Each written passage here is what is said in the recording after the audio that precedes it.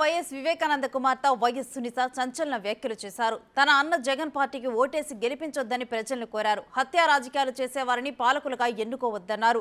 AP ఎన్నికల వేళ YS Sunitha చేసిన ఈ వ్యాఖ్యలు వైసీపీ వర్గాల్లో ప్రకంపనలు సృష్టిస్తున్నాయి.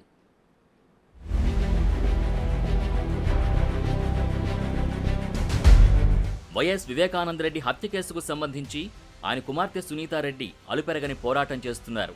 తన తండ్రి హత్యలో హంతకులకు కుట్రదారులకు చట్టప్రకారం శిక్ష పడేలా చేసేందుకు సుదీర్ఘ న్యాయ పోరాటం సాగిస్తున్నారు.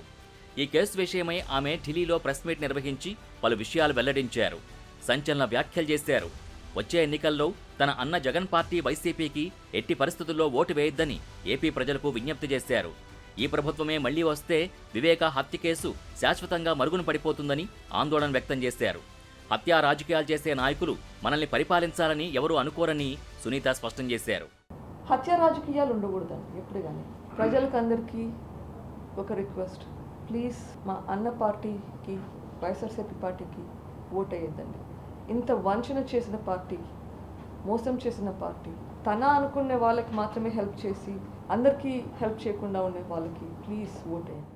తన తండ్రి హత్య జరిగి 5 ఏళ్లైనా ఇంతవరకు దోషులెవరో తేలకపోవడంతో సునీత తీవ్ర ఆవేదన వ్యక్తం చేశారు. ఈ కేసులో అవినాష్ రెడ్డి సీబీఐకు ఎందుకు సహకరించడం లేదని ప్రశ్నించారు. కర్నూలులో అవినాష్ రెడ్డిని విచారించడానికి వెళ్తే ఏం జరిగిందో రాష్ట్ర ప్రజలందరికీ తెలుసన్నారు.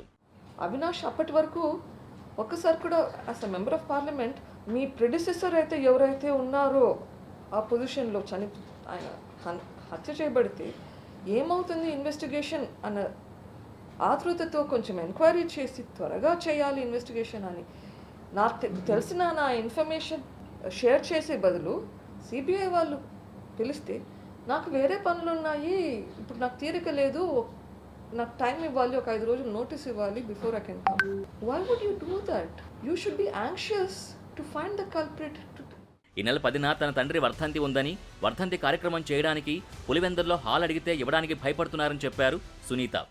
మార్చి 15న నాన్న వర్ధంతి ఉంది. పులివెందులో హాల్ తీసుకోవాలంటే ఇచ్చేవాళ్ళు భయపడుతున్నారు. మీకు హాల్ ఇస్తే మేము ట్రబుల్లో పడతారని.